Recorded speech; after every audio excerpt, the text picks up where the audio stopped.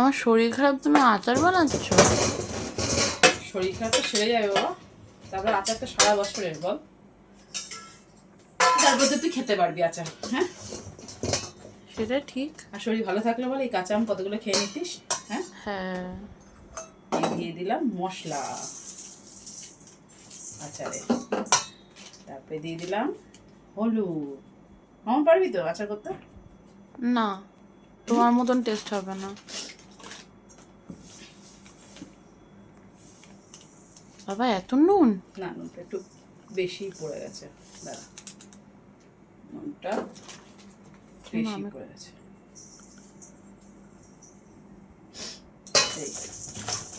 এইবার করবে তেল অনেকটা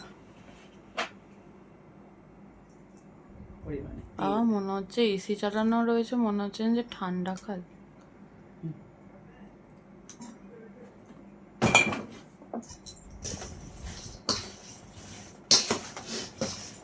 আরো তেল দিতে হবে।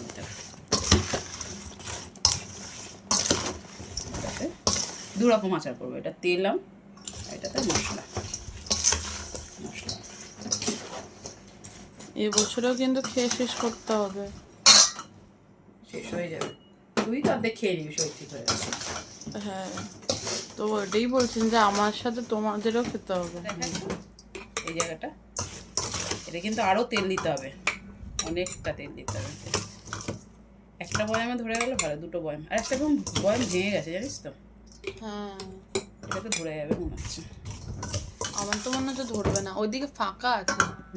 আজকে ভোরবেলা উঠে আম কাটতে বসেছি, তাই জন্য ভাবলাম যে কখন কাটলে? দেখিস এটা সত্যি করে না, আম কাটা সকালবেলা কেটে নিয়েছি। আর আজকে তো সারাদিনই বলতে গেলে আমি ঘুমাচ্ছিলাম। আচারের চামচ বের করেছি।